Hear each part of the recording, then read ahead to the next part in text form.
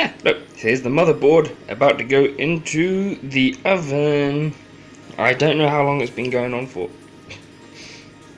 Yeah, I just wrapped up. Probably a little bit pointless wrapping up everything, which doesn't need to be wrapped up, but you know. And I put this little heat sink that I broke, or the heat pipe that I broke, just to kind of push it down a little bit. But I haven't tightened it up too much, it's still quite loose. There we go, yeah. Let's just loosen that up a wee bit more. Ah.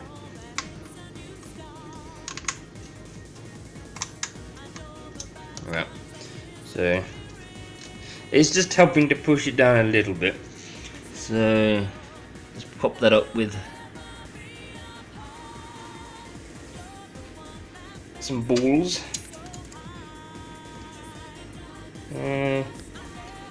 I can't remember when I turned the oven on. How hot is it? Oh yeah, that'll do. Sorry. Okay. So put you in, and in it goes. Yeah. Oh, ow, ow, ow. Okay. So 200 degrees for I think it's about 8 to 10 minutes. So I'll come back at about 6 minutes past 12. So I shall see you in a bit. Okay, it's been 10 minutes, and we're going to open up the oven. Oh god.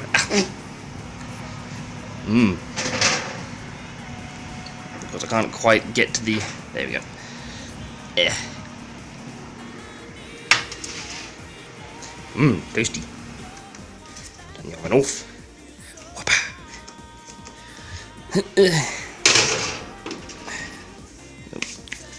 Okay. So yeah, we'll have to let that cool for a bit, obviously. Burning plastic. I'm pretty sure these fumes are poisonous, but I'm sure I'll be fine. Although I have read that the fumes are a bit, I don't know, it's like plastic. Yeah. Oh, right, well we'll let that cool down for a wee bit. And then we'll come back and I'll plug it in and turn it on and see what the fuck happens. So, yeah, it's, I don't know. It might work, it might not work. If it does work, it may only last for a couple of days or weeks or months. It might even just last like an hour or so. To be honest, I'm not quite sure why this wouldn't work in a more permanent fashion.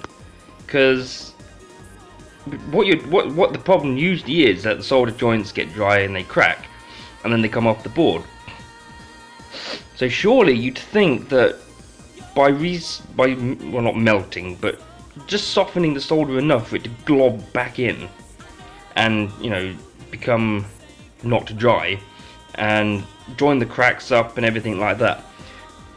You'd think that it would be a bit more permanent, because that would be the problem technically fixed. You know, all the solder joints have been reflowed, refreshed, and as long as it stays cool, which I might need a new heatsink now, as long as it stays cool and the same problem doesn't occur, you'd think it would stay fixed, at least for a, you know, like a good few, you know, like a year or so. But why it can only last an hour or so, I don't know, because technically the problem has been fixed. You've melted the solder back, it's been reflowed, and the solder joints that may have broken have been repaired. It just seems like it would be a bit more permanent, but that's not how things work. So yeah, we'll let it cool down a lot, because obviously I'm not going to touch that, no. And then we'll go upstairs and plug it back in. I'll make all this like one separate video, so this is going to be part 6. So the bit before this bit and the testing bit will basically be one video, which you'll know because you'll see it. So yep, not much else to say. I will stop there and I will see you in a few seconds actually after this bit. So I'll see you now.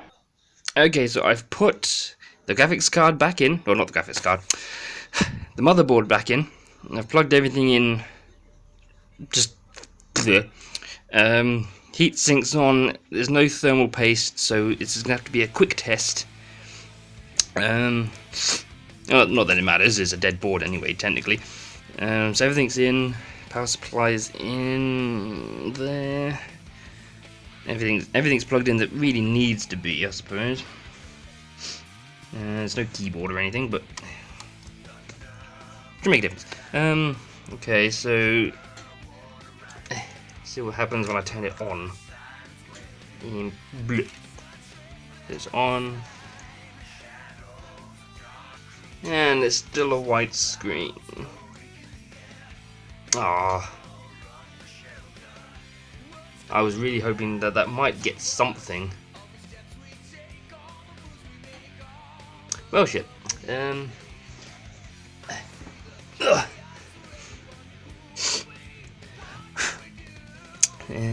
look, you can actually see the scuffs I mentioned when you look at it from an angle. See, if you look at it from an angle, you can see them. That is disappointing.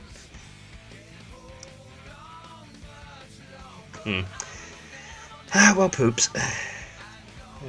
Turn it off. Where's the keyboard? Let's try something out quick. I'm not going to be able to do this with one hand, am I?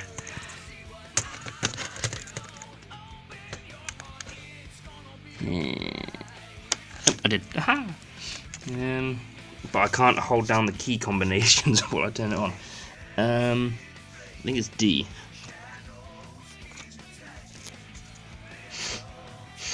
And what that should do, which it isn't,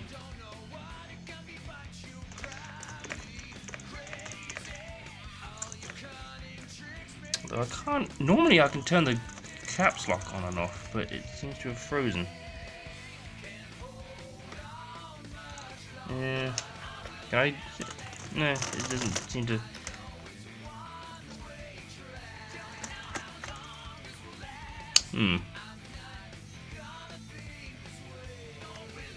Off, thank you.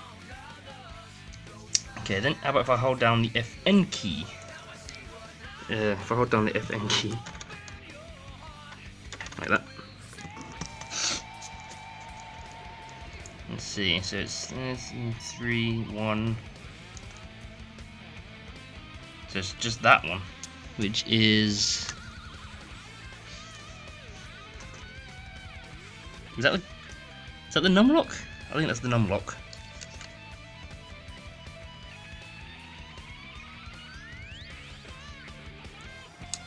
Oh, no, it's the caps lock.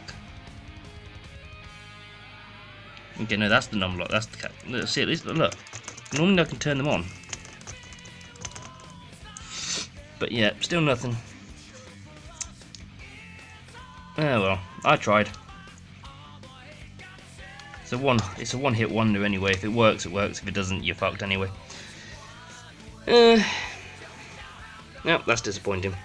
I thought I might be able to get it a little bit back, but I guess it's too far gone.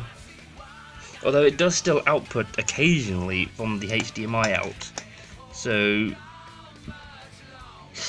it's not. I don't think the graphics card's fully dead. It just isn't initializing through here. And it's the same with the other LCD, so it's not the problem with that. You can still see the scuffs from this angle, and that's why I kind of went with the black, just that little tiny black speck. It's annoying, but yeah. But yeah, well, that's a shame. Although I better not leave it on too long actually, because there's no thermal paste. Let's turn that off. And it's off. And unplugged. There we go. Yeah, so there's not much I can do about this. This motherboard's dead. Everything else works, so I might try and sell the parts. DVD drive works. So yeah, that's a shame. I was hoping to get this working because it does have the better graphics card than that one. That would have been a bonus, but what can you do? Good old Nvidia. So I guess all that's left now is to just build that one and see how we get on with it. It's a bit of a mess, but yeah. So if anyone needs a spare part for an XPS M1530 and it isn't the motherboard, I've got some parts. I think everything does work because the laptop has booted into the BIOS and all that kind of thing.